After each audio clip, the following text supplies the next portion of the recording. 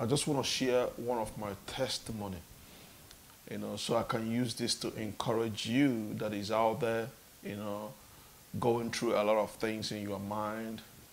I just want to use this to encourage you, if you will, if you find it very interesting, just go ahead and share it to somebody. It might still help a second person or family member. All right, so this happened in the year 2010. It happened in the year 2010. I was still in Lagos, Nigeria, my country.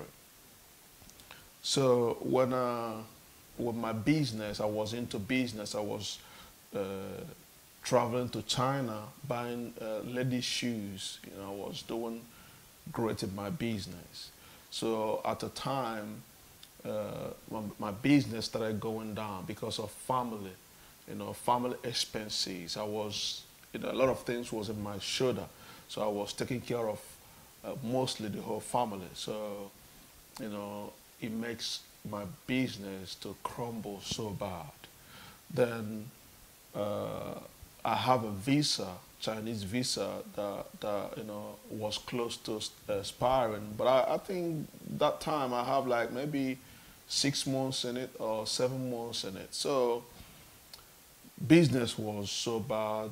I couldn't even have raised like $1,000 anymore, to be able to start up a business again. So the idea that came in my mind was just do anything that I can see, that others are doing just to, get back on my feet. I realized that one of our friend, he do business too. He does that. So, he's into when drug dealers need somebody that will carry or help them out. It's just a business to take the drug to China. This is how much that they're gonna pay. So this my friend was into this. He had, at least I witnessed him doing it like 2 times.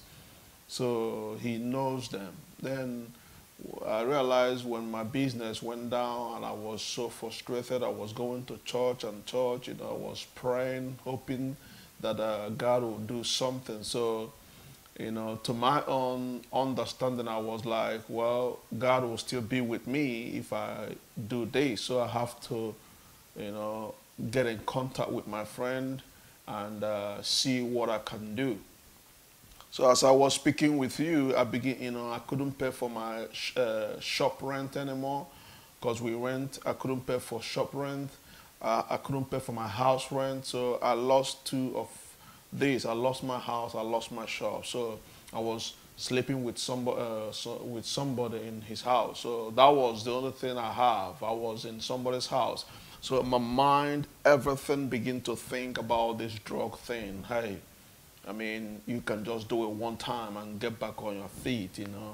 So I hit this guy up. Hey, what's up? My visa, I still have 6 months or 7 months in it. Please, I need help. How can we do this so I can, take this drug to China? He was like, yeah, the second consequences. When they find you, when anything happen, you can go to prison 75 years or more than that, or whatever that comes out. I said, man, my situation right now, my condition right now, I don't care. I'm ready to do anything, just to get back on my feet. Because it's like a mockery in Nigeria, when you are doing great, you are out here, doing great. Before you know it, you get back down. It's like a mockery, and people are gonna make fun of you. Like you don't want to see that. You just want to stay on top. So that was what I had in my mind to do. Then he said, okay, I'm gonna take you to those guys. That's good that you still have your visa. So I was so happy. Then we have an appointment to go and see those guys that are deal with drugs. They give you those drugs to take outside the country. So I met with them. We had a little meeting. So they were like, wow, very interesting. They're so happy that this is going to work out, and they're going to make some money because that's money for them. So I was so happy about it. I was so ready. So I continue calling them on the phone. They're like, yeah, just give us some days. We trying to gather some things up. So I kept on calling because man, I need this more than them. They don't get it. I need this more than them. So I was like calling my friend, hey, what's going on? Like, let me do this. I'm ready. I'm ready. Knowing the consequences, knowing I might not come back to Nigeria again, knowing that China kills when they see you with drugs. I know all those things, but because that was my last chance. That was my last opportunity to come back on my feet again. So, before you know it, 3 months remains in my visa. I kept on calling and calling. Before you know it, 2 months remain, 1 month remain. So they promised me that it must be in this time. Like everything is gonna be ready. So before you know it, my visa expires. My visa expired. I cried. I cried so much. I couldn't bear it. It was so frustrating. It was so crazy that my last hope has to just go like that. My last hope, my last belief. I was frustrated. I couldn't handle it anymore. You know. So the whole thing just went out like that. And then a week later, they started calling me. They started calling me, hey, the drugs are ready. When are you going to be ready to take them to China? We got this, like, hurry up, like, let's do this. I'm like, bro, my visa has expired. But they still don't believe that. My friend called me, hey, I said, man, my visa has expired.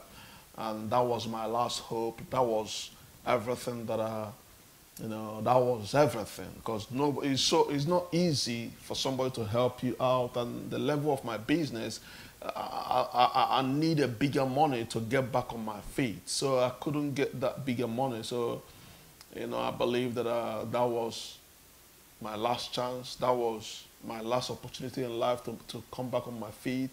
That was what I was thinking. So not knowing that that was not the last plan for God.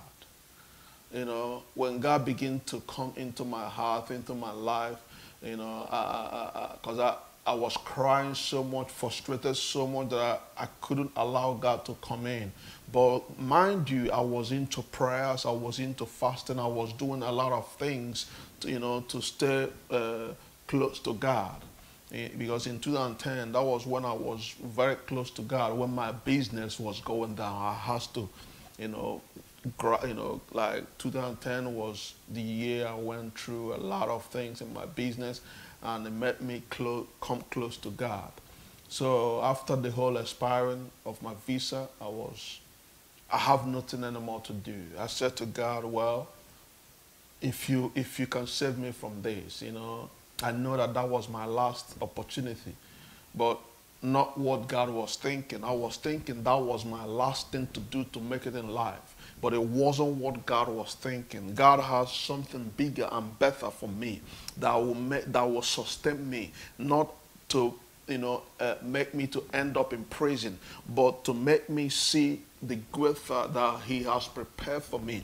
Because I kept on remembering the scripture that says, I know the plan that I have for you, thought of peace and not of evil, to give you unexpected. And I kept on hearing those scripture, but in my own understanding, I was thinking that that would be the last opportunity that I have in my life.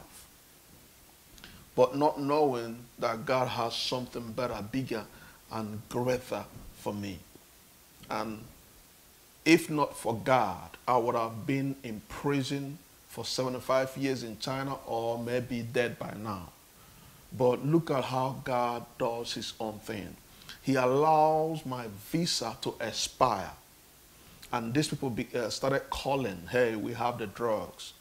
So there is no way I can go to China without my visa. And those people cannot give you money to get a visa. They want you to have your visa, then they can help you out. Do you see all that? So I cannot get my visa anymore. There is no money for food. There is no money for any other thing. So, but God came in and said, you have struggled so much to help yourself. Just give me this little time so I can do greater from you. Not knowing that this day in my life will come. Not knowing there is better, greater that God has already planned for me. And is my testimony. I just want to encourage you out there that is listening to this. If you will share this to somebody that is thinking that, oh, I have nothing more. I think this is last hope. No, there is nothing like last hope. The last hope that you need is you hoping in God. That's the last hope. So if you will just rely and trust in God, know that He will do it. And there is nothing. God is not going to take excuse or hear what Satan is saying about you, or condemnation that Satan has condemned you, or the sins that you have committed in past, only if you will channel yourself and put yourself in track with God. And you will see greater things that God is going to do in your life. I am a testimony. And my testimony, if I keep on sharing my testimonies, you all will be like, wow. Yes, and I know that God has done so for you, even for your family member, but you still want to see what God will do in your life. I'm just going to encourage you to just stand, hope, believe, trust that God, with His infinite mercy, will definitely remember you. If God, sincere God, the King of Kings, remembered me, He will definitely remember you. I just want to encourage you. Be encouraged. God love you. Stay blessed.